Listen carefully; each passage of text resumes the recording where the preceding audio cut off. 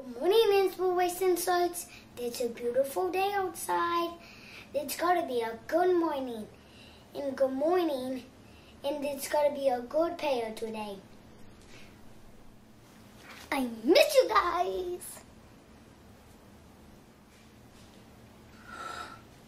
Good morning, everyone. We're gonna do a good prayer today. It's a special prayer from Lord. Lord, please protect the body of our body and hearts, and love all of us with your hearts, and be thankful for the things you bikes of. You notice, you keep the blessings in your heart. Amen. Good morning, Ezra. Good morning. How are you? Daddy. I'm good. You good? Mm-hmm. I got a quick question for you. What? Why did God create you? Because He want me to bless our hearts, so you can bless everything in your hearts. So devour the Christ of the Lord in your heart. You can give everybody the power of the Lord in your heart? Mm-hmm. That is super cool. So do you know what it means to live on purpose? You know what that means? Yeah, that means someone's kind of sad and people don't care about everything. But when people are good now, lost souls kind of need humans. When they need humans, they kind of swear off. Okay. It only takes a few weeks to get a lost soul. Okay. So you've been watching the movie Soul, I can tell. So let me ask you. Let me tell you what it means to be on purpose. It means the reason God created you. So, in other words, look beside you. You see that drum? Now, what is that drum used for? It's used for pounding. Okay, show me how you play the drum. And like this. Oh, okay. So there you go. That's perfect. So, all right. So tell me, what's the purpose of that drum? His purpose is like nothing because he doesn't have a purpose. He does. So when you play it, it makes a what? Sound. So the purpose. It has a purpose when you don't play the sound because you turtle. That's true. Okay. So what's the purpose of the drum? To make a what? To make a sound. That's right. So what's the purpose of Ezra?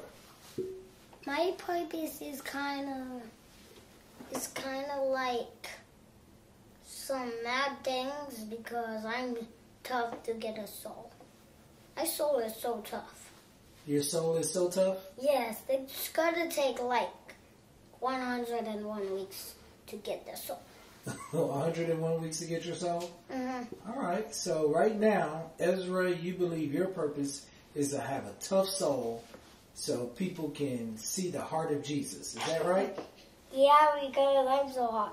All right. Show me what your tough soul looks like. That's good. Yeah! Hey, that's my person. It's my choice. Hello, Inspiration Kids. I'm so glad I'm spending another week with you all. I hope y'all had a great week and that you had an awesome week at school, either virtual or face-to-face. I just want to say we really miss you guys and we hope to see you very soon once things, calm down and then we're through with this pandemic. So again, I'm so happy to be here with you all. So we're going to dive in and we're going to talk about purpose. That is our theme of our series right now. And so when you think about your purpose, really think about, what are you here for? Why did God create you? What do you have inside of you that could lead you ultimately to your purpose here on earth? Because everyone has a purpose. So you just need to make sure that you dive in and you really think about it. Think about the things that you're great at, the talents that you have, because this all could lead to your purpose here on earth. And it can start now. Your talents are evolving and they're growing even when you're young. As early as my son's age is 4 years old, you can start seeing talents in yourself and grow you to your ultimate purpose here on earth. But we're going to read a story called A Good Heart. And the reason we're going to read this is if you think about purpose, you can also think about what does God want you to do? How does God want you to treat other people when you're here on earth? And so A Good Heart comes from 1 Samuel 15:1 through 16:13. Saul was a good king for about 20 years. Then he began to disobey God. God was sorry he made Saul the king. Saul was sad about it too. God sent Samuel to a man named Jesse to find a new king. When Samuel met Jesse, he said, "I would like to meet your sons." When Samuel saw them, he thought, "These are strong-looking men." God said, "I do not look at the outside of a person. I look at the inside of a person. I look at the heart." Samuel asked Jesse, "Do you have another son?" Jesse said, "Yes, his name is David. He is out in the field with the sheep." Samuel asked to see him. As soon as David arrived, God told Samuel, "He's the one. I want to be the next king." Samuel anointed David. He poured oil on David's head, and David was filled with God's power. So just remember, sometimes you just have to always judge a person by their heart and what they do and how they treat you, and not necessarily on how they look. So just make sure when you pick your friends and those people around you, they are treating you kind and they care about you and your well-being.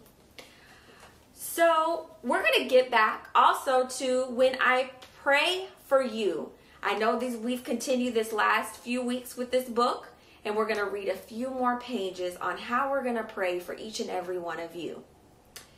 I pray heaven protects you, that you're generous and kind, which goes along with our book, that your brave little spirit never ceases to shine, that you believe in yourself and follow what's true, that your confidence grows just as fast as you do.